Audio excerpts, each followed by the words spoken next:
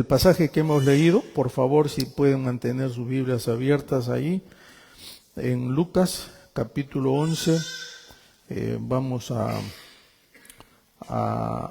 mantener abierta la palabra. Creo que ya Sofía me quiere hacer la competencia, ¿no? Ya, ¿qué vamos a hacer? Lucas 11, versículos 5 al 13, que es el tema de la oración. Y miren ustedes, queridos, que este pasaje se acostumbra a unir con el pasaje de Mateo 5, que es justamente también de la oración, donde el Señor enseña el Padre Nuestro, porque este pasaje empieza así: aconteció que estaba Jesús orando en un lugar. Me encanta esto. El Señor estaba orando en un lugar. O sea, el Señor no solamente habló un tema en teoría, sino que el Señor acostumbraba a orar. Y dice que cuando el Señor terminó de orar, entonces vinieron sus discípulos e inmediatamente le hicieron la pregunta. Le dijeron: Señor, enséñanos a orar. Así como Juan el Bautista enseñaba a sus discípulos. Mientras meditaba en este pasaje, recordaba a un profesor. Eran mis primeras clases, muy jovencito, ¿verdad? Preparándome para conocer más la palabra y todo lo demás. Y este profesor, un hombre ya mayor, ni sé cómo, porque no era el tema de la oración, sino el tema era de teología. Pero él dijo lo siguiente: él dijo, hay gente que no cree en Dios. Y él decía, y yo no sé cómo no pueden creer en Dios. Dice, a veces creen en otras cosas, pero no creen en Dios. Y él entonces allí dijo algo que a mí me sacudió, porque él dijo, si tú conoces a alguien que no cree en Dios o cree que Dios no es solamente algo, qué sé yo, una energía, un pensamiento, llévalo a mi casa una mañana cuando yo estoy de rodillas orando. Y claro, todos nos quedamos así. Y él decía, porque yo todas las mañanas me meto a mi cuarto de oración, a mi oficina, y me pongo de rodillas y oro al Señor. Y ya sabe mi esposa que si hay ruidos adentro, que ella no se asombre, no tenga miedo, porque esto siempre pasa. Y no pasa todos los días, decía él, pero de vez en pasa. Cuando yo estoy orando intensamente y siento esa lucha espiritual, él decía, no solamente Dios se mueve allí, pero el enemigo también se mueve. Claro, eso ya a nosotros todavía no nos hizo reaccionar más. Y él decía, de pronto mis libros de la biblioteca se caen, se mueven las cosas. Y él decía, pero yo estoy arrodillado porque nada me va a pasar, porque Dios es quien me sostiene. Así tiemble, como hemos cantado, ¿no? Cielos y tierra van a pasar, van a moverse y nada moverá.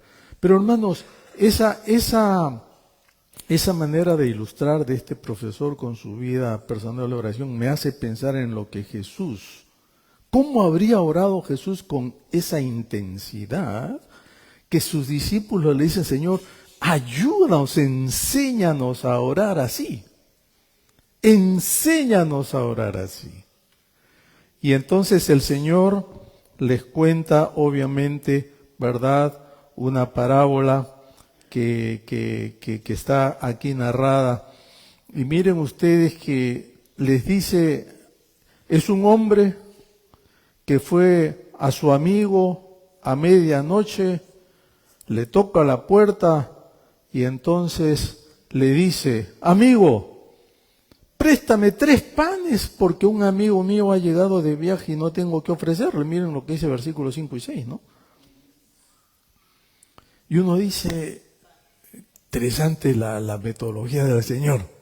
Está hablando de la oración, está diciéndole, va a enseñar a sus discípulos a orar y le dice, ok, les voy a contar algo. Les voy a contar algo. Es que las parábolas son historias que ilustran. ilustran muy bien lo que el Señor ya les había dicho. Con el Padre Nuestro se suponía que ellos ya habían aprendido, pero parece que no habían aprendido nada, ¿verdad? Porque el Señor ahora les cuenta la historia. Obviamente, queridos, la medianoche no es un buen momento para ir a pedir pan, pero no tener nada que ofrecerle a un invitado era de mala costumbre en los tiempos de Jesús. Los orientales del Medio Oriente particularmente veían la hospitalidad como uno de los rasgos más diríamos, apreciados. Un poco distinto a nosotros, de cultura occidental. Pero para los orientales, si alguien venía a tu casa, tú tenías que ofrecerle comida. Yo todavía me acuerdo, nosotros no somos orientales para nada, obviamente, en mi casa, pero antes, hermanos, cuando llegaba una visita a casa, mi mamá de donde sea sacaba comida, sacaba lo que sea, y había un cuento, ¿no? que decía, si llegan a la hora de almuerzo, porque por alguna razón los invitados llegaban o a la hora de almuerzo o a la hora de la cena, ¿no? Y entonces a los chicos me decían, cuando están almorzando, por si acaso, cómanse la carne, lo primero que deben comerse la carne, porque si llega un invitado y no hay más carne, ¿qué va a pasar? Que obviamente tú vas a tener que compartir, ¿verdad?, con el invitado. Pero el Señor entonces cuenta esta parábola porque Él sabía que todos se iban a identificar con esto. Todos se iban a identificar con esto. Y el amigo obviamente se niega a atenderlo, ¿verdad? Porque le dice, ¿no es cierto?, mira, no me molestes, versículo 7, la puerta ya está cerrada y mis niños conmigo están en cama, no puedo levantarme y dártelos. Para nosotros eso puede sonar un poquito fuerte, rudo, descortés. Imagínate que alguien venga a tu casa, ¿no es cierto?, y te toca en la puerta a la 1 de la mañana a pedirte algo. Quién sabe si nosotros mismos responderíamos así. Pero tenemos que tener en cuenta otro aspecto acá. Las familias regulares en el tiempo de Jesús, ¿verdad?, vivían en casas que tenían una sola habitación. O sea, estaba en un rincón posiblemente la cocina que era leña, una estufa de leña, una mesa, y luego entonces en el otro lado varias camas, dependiendo cuántos habían en la casa. Por lo regular la primera cama estaba más o menos a una altura así separada del piso, y luego entonces tipo camarote, y todos dormían allí. Papá, mamá, hijos, todos.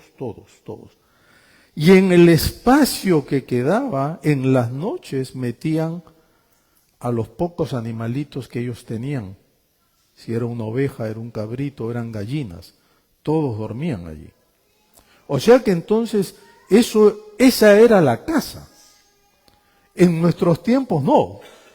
Nuestra cocina queda a una milla de los dormitorios, ¿no es cierto? O sea que tú te levantas, haces bulla, cocinas, comes, nadie se entera, pero en ese tiempo levantarse era no solo despertar a sus hijos, a los niños, sino despertar a todos los animales que estaban durmiendo allí. Y es por eso que el amigo le dice, mira, no puedo atenderte, ya es muy tarde, y entonces, por favor, no molestes. Y Jesús entonces añade, ¿no es cierto?, que, miren ustedes en el versículo 9, lo que dice, 8, lo que dice el Señor, os digo que si no se levanta a dárselos por ser su amigo, al menos por su importunidad, se levantará y le dará todo lo que necesita. Ahora, yo quisiera detenerme un poquitito aquí, hermanos, porque creo que es importante esta parábola, leerla y estudiarla con detenimiento, porque es un pasaje que nosotros siempre recurrimos cuando vamos a orar. y tenemos muchas formas de interpretarlo, pero quizás lo primero que debo decir es que Jesús no está comparando al amigo que está en su casa durmiendo con Dios Padre. O sea, eso es lo primero que tenemos que tomar en claro. Porque a veces algunos de nosotros, los creyentes, creemos que Dios es como este amigo que no quiere levantarse, entre comillas, para responder a nuestras oraciones, a nuestras peticiones, y eso en lo absoluto es correcto. Primero, en otras partes de las Escrituras dicen, Dios no duerme. Dios siempre está atento, el oído de Dios está atento al clamor de su pueblo, o sea que hay cantidad de pasajes que hablan así. Pero la parábola misma no compara a Dios con la persona, el amigo que está durmiendo. Más bien, lo que esta parábola hace es el Señor, ¿no es cierto?, enseñarles al Señor lo que se llama una ilustración por contraste, y así se llama. No solamente el Señor la usaba, sino que los fariseos también la usaban. Los judíos, cuando enseñaban en esa época, usaban muchas parábolas y ponían lo que llamamos nosotros ilustraciones, anécdotas, para ilustrar una verdad, una enseñanza, pero por contraste. Si Dios es bueno, entonces el contraste es alguien malo. Si Dios es paciente, entonces el contraste es alguien que es impaciente. Si Dios es misericordioso, entonces el contraste es alguien que no es misericordioso. ¿Me explico, hermano? ¿No? Y eso es lo que está tratando de hacer el Señor acá. El Señor le dice, vamos a hablar de la oración. Y está bien, podemos y debemos acercarnos a Dios en oración. Pero Dios no es como el vecino que no quiso levantarse, no quiso, ¿verdad?, darle los 3 panes, sino que Dios es más bien un Dios misericordioso que sí les dará todo lo que ustedes pidan y lo que necesitan, porque eso es parte de la naturaleza de Dios. Y acá viene lo bonito, ¿verdad? Dice el versículo 9, por eso os digo, pedid y se os dará, buscad y hallaréis, llamad y se os abrirá.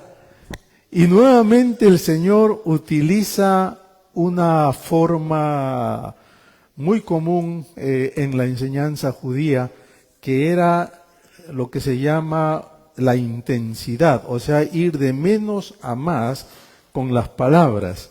Porque el Señor dice, lo primero que tú haces cuando necesitas algo es justamente pedir. Si eso no resulta, entonces buscas. Y si eso tampoco resulta, entonces llamas. Entonces va de menos a más. Y miren ustedes, hermanos, que con esto lo que el Señor estaba tratando de decir es que muchas veces, nosotros podemos pensar, ¿verdad?, erróneamente, que Dios tal vez se cansa de nuestras mismas peticiones, porque tendemos a comparar a Dios con este hombre, este amigo, y entonces nosotros dejamos de, si se quiere así, insistir con la oración. Pablo dice en Tesalonicenses, oren sin cesar, ¿no? Oren sin cesar. Y tenemos otra parábola de la viuda y el juez injusto, que el Señor también enseña algo parecido, que la viuda va donde el juez a pedirle justicia y el juez le niega, la viuda va otra vez, el juez le niega, la viuda va otra vez, al final el juez ya se hartó y dice, mejor le voy a hacer justicia a la viuda porque no me va a tener loco toda la vida, ¿no es cierto? Nuevamente la misma metodología, el mismo uso de la parábola. Y el Señor entonces lo que está tratando de decirnos es que no debemos, hermanos, pensar en ningún momento, que Dios no escucha nuestras oraciones si no las responde. Eso es todo el objetivo acá. Creo que a todos se nos ha enseñado, y eso es lo primero que se enseña a un nuevo creyente, ¿no? Que hay tres formas en que Dios responde a una oración. ¿Cuál es? Dígame. sí, no y espera. Espera. Muchas veces Dios responde inmediatamente, ¿verdad? Otras veces Dios directamente dice no, y te lo dice, y tú quedas medio movido, medio bravo quedas. Pero la tercera es espera, que es la más difícil, porque la espera implica paciencia, implica insistir, implica tener confianza en que de alguna manera al final Dios nos va a contestar. Y es por eso que entonces el Señor entonces añade algo que es muy, muy interesante, ¿verdad? Dice, porque todo aquel que pide, recibe, y el que busca, halla, y al que llama, se le abrirá. Versículo 10.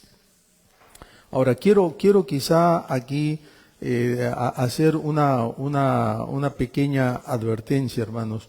Y la advertencia es que pedir con insistencia, ¿no es cierto?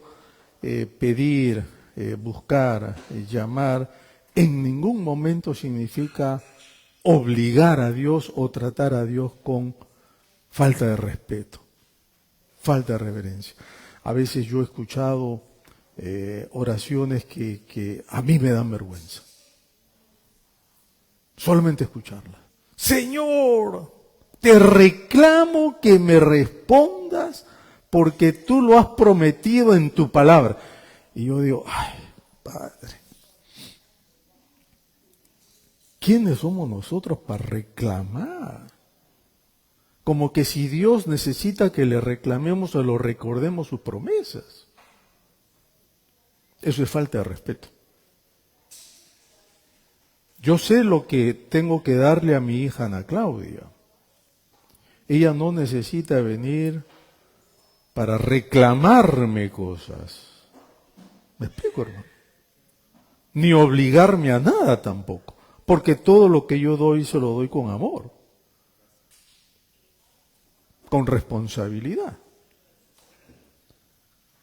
Y esto significa entonces que podemos pedirle a Dios cualquier cosa, lo primero que se nos antoje, porque acá dice, ¿no? Pidan y se les dará. Llamen y se les responderá. Toquen y se les abrirá. Y algunos parecería, hermanos, que creen que sí, y acá tengo que decirlo con todo nombre y apellido, ¿verdad? Pero hay algunos predicadores de la prosperidad sobre todo,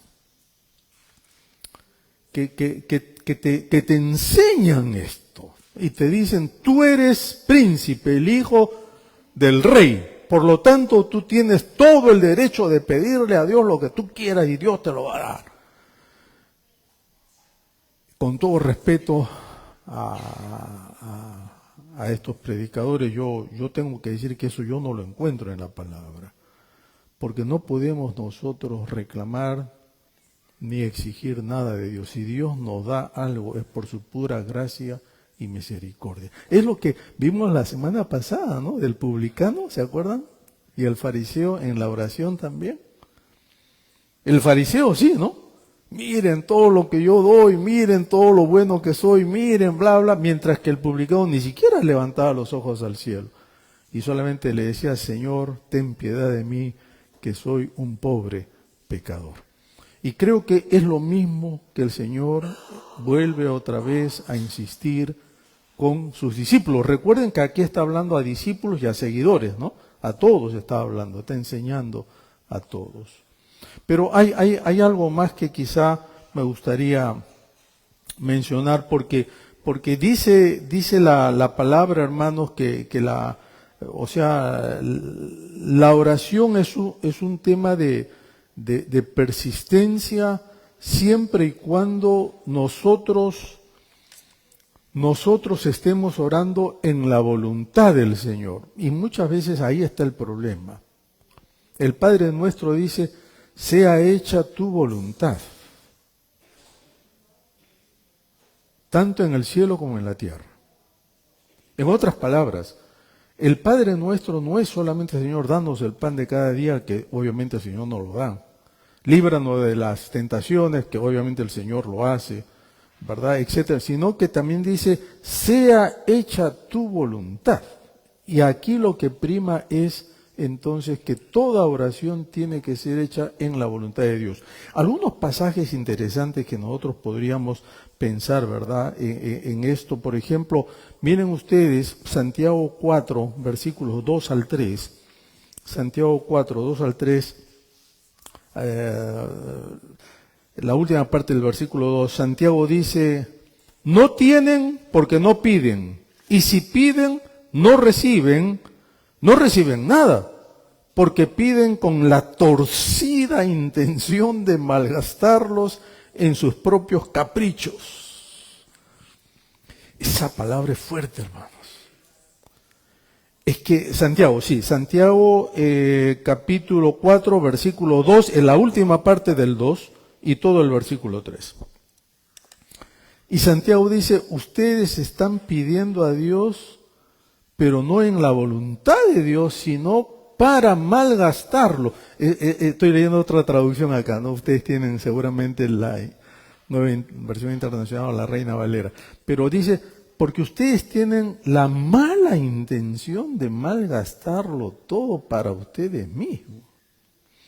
Si hay algo que diríamos refleja esto que Santiago dice es, y nuevamente tengo que mencionarlo también con nombre y apellido, hermano, pero a veces uno encuentra que personas que están acusadas de crímenes muy serios, mafias, gente que en verdad está fuera de la ley,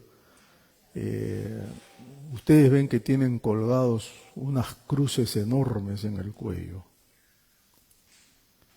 En algunos de nuestros países, algunos de estos grupos delictivos, ¿no? de delincuentes, tienen algún santo como su santo protector, ¿no? Y creo que ustedes lo saben porque nosotros siempre lo vemos en las noticias y todo lo demás. Y eso sería mostrar con extrema,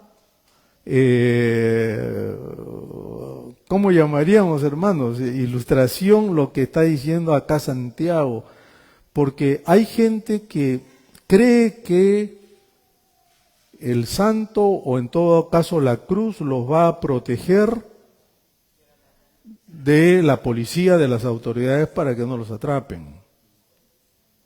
Pero a veces, los creyentes, sin estar fuera de la ley, pedimos cosas que indudablemente no son para la honra y la gloria de Dios, sino solamente para nuestras propias, tal vez, exigencias, ¿no es cierto? Y peculiaridades.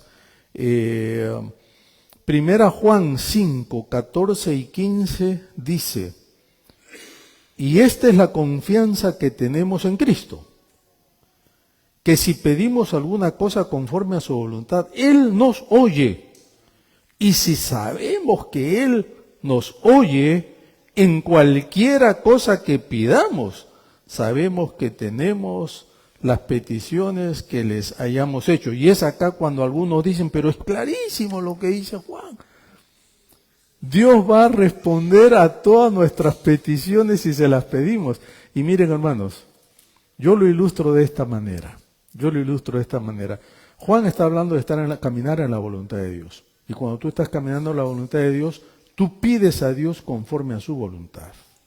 ¿Sabes cómo es la mejor manera de conocer la voluntad de Dios, hermanos? Es cuando tú estás en una íntima comunión con el Señor, que tú llegas a conocer al Señor tan íntimamente, que tú sabes exactamente lo que al Señor le agrada. Y cuando tú conoces eso, entonces es fácil hacer una oración y una petición porque tú sabes que está dentro de su voluntad, dentro de su agrado. No sé si me explico, pero esto es claro. Hay personas que no conocen a Dios. O personas que quizá, hermanos, lo conocen solamente como Job decía, ¿no? Lo conocen solamente porque han escuchado de él, pero no porque lo han experimentado. Y claro, cuando hacen oraciones y las oraciones no son contestadas, entonces se disgustan, se ponen bravos y se alejan, entre comillas, de la iglesia o de Dios o de lo que sea. Pero en verdad no se han alejado nada, porque quizás nunca han estado en esa estrecha relación con Él. De ahí entonces que el Señor termina diciendo, miren ustedes, y esta parte es muy interesante, ¿no? Versículo 11 en adelante, de Lucas 11, sí, Lucas 11, 11 en adelante. ¿Qué padre de vosotros, si su hijo le pide pan, le dará una piedra?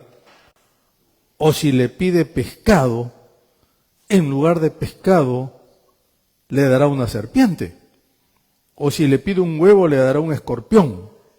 Pues si vosotros, siendo malos, sabéis dar buenas dádivas a vuestros hijos, ¿cuánto más vuestro Padre Celestial dará el Espíritu Santo a los que se lo pidan?